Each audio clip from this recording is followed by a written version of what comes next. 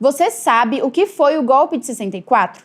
Quais suas causas, desdobramentos e impactos duradouros na política e na sociedade brasileira? É o que explica o historiador Rodrigo Pato Samota. Tá, vamos sintetizar. O golpe de 64 foi uma intervenção autoritária.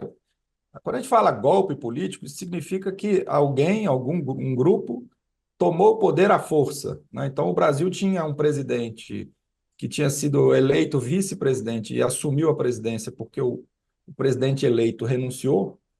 Então, o João Goulart era o vice-presidente, assumiu o poder porque tinha sido eleito para isso. Ele era presidente devido à Constituição, ou seja, nós tínhamos uma situação legal e democrática. O golpe foi uma intervenção militar para tirar o presidente à força.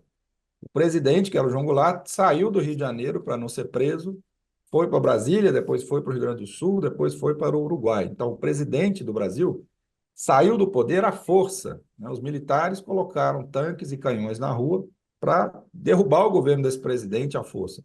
E as pessoas que apoiavam o presidente derrubado foram presas. Houve milhões, né, desculpa, houve milhares de prisões no Brasil durante os dias do golpe. Há uma estimativa que prenderam entre 30 e 50 mil pessoas. Ora, a população brasileira na época eram mais ou menos 75 milhões de pessoas. Isso hoje, né, pelo tamanho que o Brasil tem hoje, significaria a prisão de 100 mil pessoas, mais ou menos, né? Se o golpe de 64 fosse hoje, para você ter uma ideia, né? Então, eles encheram estádios de presos, navios, além das prisões e penitenciárias. Então, o golpe é uma ação violenta, né? E quem se opõe é preso ou morre, né? Durante o golpe, mataram 4 pessoas que foram à rua protestar contra o golpe militar. Então, a primeira coisa a ter claro é golpe é uma intervenção autoritária, significa que quem está contra esse golpe pode ser preso, né, ou pode ser morto. Por que eles fizeram isso? Eu já comentei um pouco antes, porque eles achavam que o governo João Goulart era um governo de esquerda e que se ele continuasse a governar, poderia levar o Brasil mais à esquerda. E aí eles criaram uma ditadura com os militares no poder para evitar, né, a continuação do governo Goulart e para evitar que a esquerda continuasse a ter influência, né, no governo brasileiro. E para isso, então, prenderam muitas pessoas, pessoas perderam empregos, né, houve milhares de pessoas que perderam emprego, os próprios militares perderam emprego, né, porque durante o golpe eles fizeram uma limpeza nas Forças Armadas, eles tiraram todos os seus adversários. Então, eles afastaram mais ou menos 3 mil militares e afastaram um número mais ou menos igual de civis, de diferentes cargos públicos, desde juiz até professor primário, foi demitido ou foi exonerado do seu cargo. Pessoas que eram líderes sociais, líderes de sindicatos, líderes de movimentos de associação de bairro, foram presas. Muitas dessas pessoas foram torturadas, muitas fugiram do Brasil para não ser presas ou para não serem torturadas. E aí, durante 20 anos, vigorou esse regime ditatorial comandado pelos militares que tinha o poder para prender a quem, né, eles quisessem. Então, vou dar um exemplo para você do campo do jornalismo. Todo mundo já ouviu falar do Vladimir Herzog.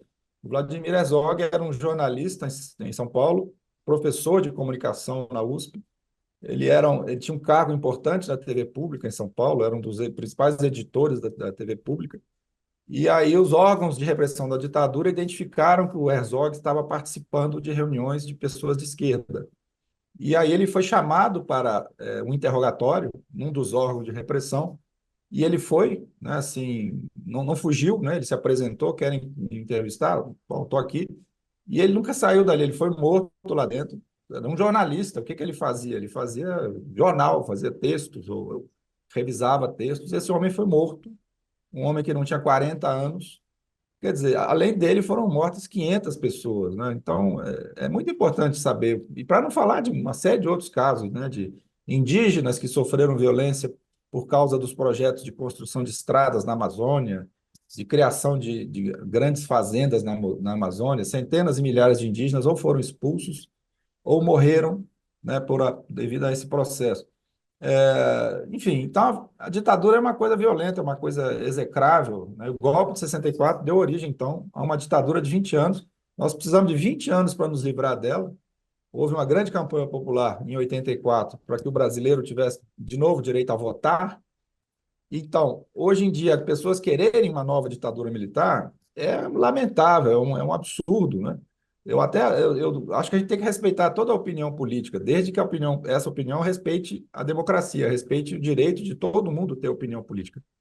Quem tem a opinião política de criar a ditadura que vai suprimir as opiniões dos outros, né? Essa posição eu não respeito, né? Ou seja, quem quer ditadura eu não respeito, porque são pessoas que querem calar o meu direito de ter uma opinião diferente. Eu acho que os brasileiros deviam ter noção, né, do que significa uma ditadura.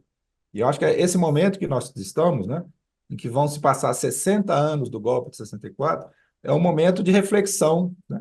Todos os brasileiros e brasileiras deveriam pensar nesse momento o que significa viver uma democracia, viver, né, uma situação em que nós podemos ter opiniões diferentes, em que a gente pode falar o que quiser, ao contrário de uma ditadura em que nossa liberdade é desrespeitada a todo momento. Então, nesses 60 anos, né, a gente tem que valorizar a democracia e condenar a ditadura, né, e condenar os militares que querem ditadura e todo mundo que apoia isso.